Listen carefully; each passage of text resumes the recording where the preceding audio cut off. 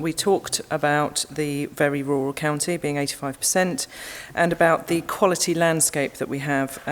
not least in terms of our 145 kilometres of coastline and the significance of a lot of that and the habitats that we have within there, but sadly about some of the loss of those habitats and what that's going to mean for us as we go forward. Talked about the need for investment in rural areas so that they're not left behind, which is a theme that we've just heard a bit more about, which I'll come back to at the end, and the expectation of increased connectivity, as well as flexibility between work and home and the shifting values as the younger generation are coming through and getting used to doing things in a much more flexible, agile and different way.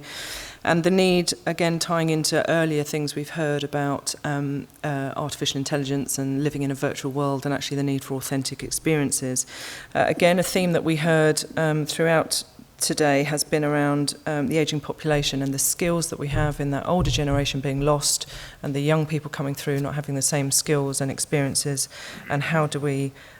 deal with that and the risk it poses to the special nature of the area we live in. We then heard from Craig and Matt from the Lockley Estate, which I think was a really inspiring and fantastic presentation, and how significant and huge that is around the supply chain and other businesses. And I think that's come up again quite frequently about the GVA and GDP. You know, we don't just count the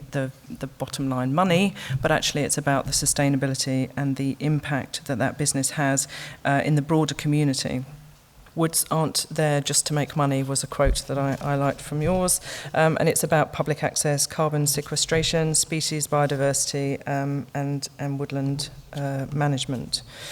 Finally, we've heard from Graham Biggs of the Rural Services Network, who tied some of those themes together in terms of the policy drivers for rural areas, that